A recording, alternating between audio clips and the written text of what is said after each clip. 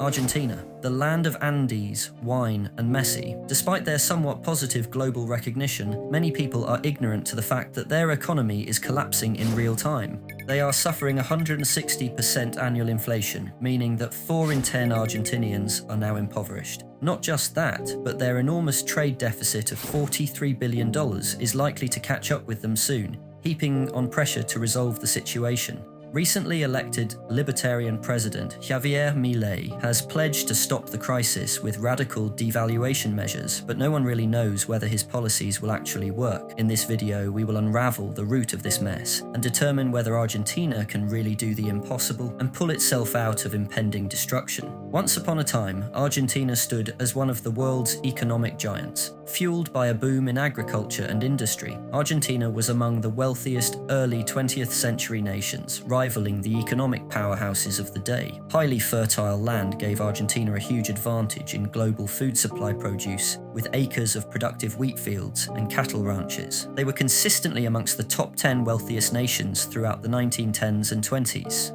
However, as the world recovered from the ravages of World War II, Argentina began a slow descent into economic turmoil. The post-war era marked the beginning of a series of economic missteps. The government, caught in a web of political instability, embarked on a path of excessive self-reliance, import substitution, and protectionist walls. These policies, intended to safeguard the nation's economic sovereignty, instead sowed the seeds of long-term instability. By the late 20th century, these issues snowballed into a catastrophic accumulation of foreign debt and resource mismanagement. Argentina's economy, once the envy of the world, was now a cautionary tale of what happens when ambition outpaces prudence. The government, struggling to keep the economy afloat, found itself in a vicious cycle of borrowing and spending, leading to repeated economic crises. Since its independence, Argentina has defaulted on its debt 9 times, sometimes seeing inflation in the triple or even quadruple digits. It is a history marked by relentless economic woes. Fast forward to the present day, and Argentina faces the same set of daunting challenges. It never seems to learn from its past. Corrupt, incompetent governments continuously peg the nation back. One of the main problems that Argentina is facing is the inflationary spiral. But what is inflation in its simplest terms? Well, imagine you have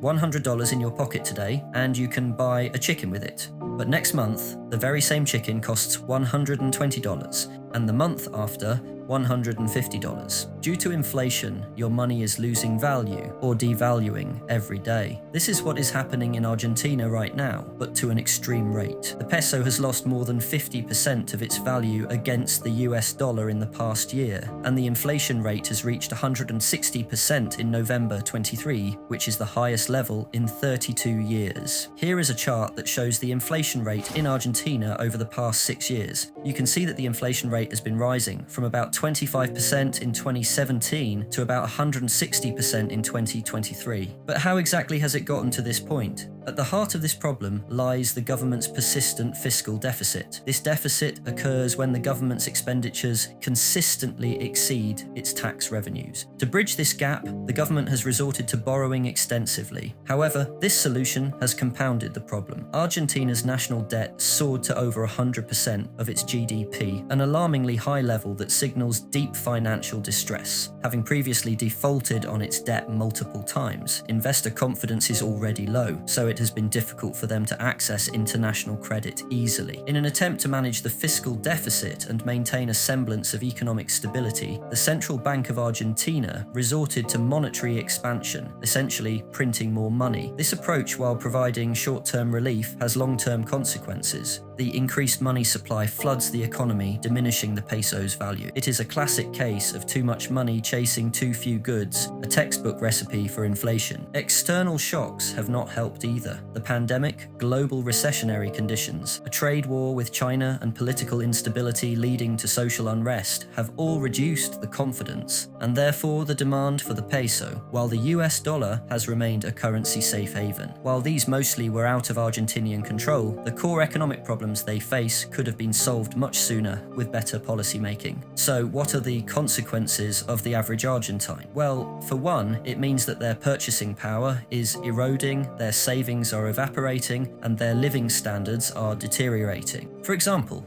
A typical monthly salary in Argentina is about 60,000 pesos, which is equivalent to about $300. That is barely enough to cover the basic expenses, such as food, rent, utilities, and transportation. And if the prices keep rising, it will be even harder to make ends meet. Many people have to resort to informal jobs, borrowing money, or selling their assets to survive. According to official statistics, more than 40% of the population is living below the poverty line, and more than 10% is living in extreme poverty. These causes and consequences create a vicious cycle that is hard to break. The more the peso devalues, the more the inflation rises. The more the inflation rises, the more the people lose trust in the peso and demand dollars. The more the people demand dollars, the more the peso devalues, and so on. Many solutions to the problem have been proposed, to little effect. But a turning point has recently occurred with a newly elected president. Javier Milei from the Libertarian Party has proposed a radical plan to solve the crisis. His first move was to devalue the peso currency by 50%, a move which he acknowledged would cause short-term pain, but show longer-term benefits. But this is just step one of his currency plan. His future objectives are truly unprecedented. The main goal is dollarization of the economy. This means that Argentina will peg its currency to the dollar, essentially adopting the US dollar as its official currency,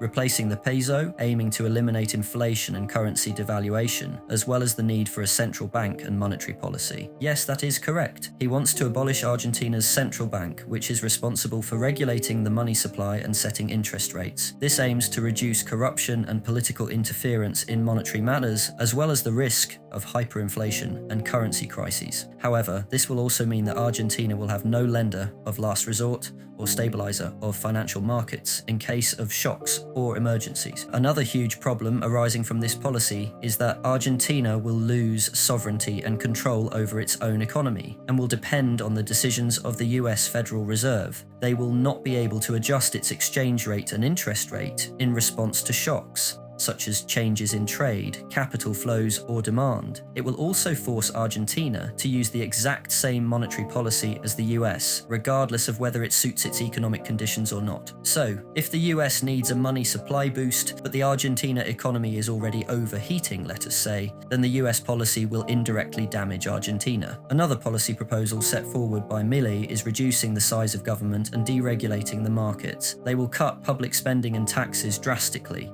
especially on social programs such as healthcare, education, and pensions, which will reduce the spending deficit and debt burden. Deregulation aims to increase competition and efficiency, which could attract some foreign investment to restore confidence into the nation. However, the adjustment cost of these policies will be borne by the poor more than anyone else. A lack of government spending means less social security, less welfare, and more individual responsibility. There will also be less protection for worker and consumer rights. There are so many potential pros and cons, but the main question is, could these policies truly save Argentina from destruction? No one really knows the impacts of these policies 10 years into the future, but some argue they are a bold and necessary move to end decades of economic mismanagement and populism, while others contend that they are a reckless and dangerous gamble that will worsen the situation and create more problems. So, will Milei's radical reforms save Argentina from its economic crisis, or plunge it into a deeper disaster? Will he be able to fulfill his promises, or will he end up a failure like so many of his predecessors? Only time will tell.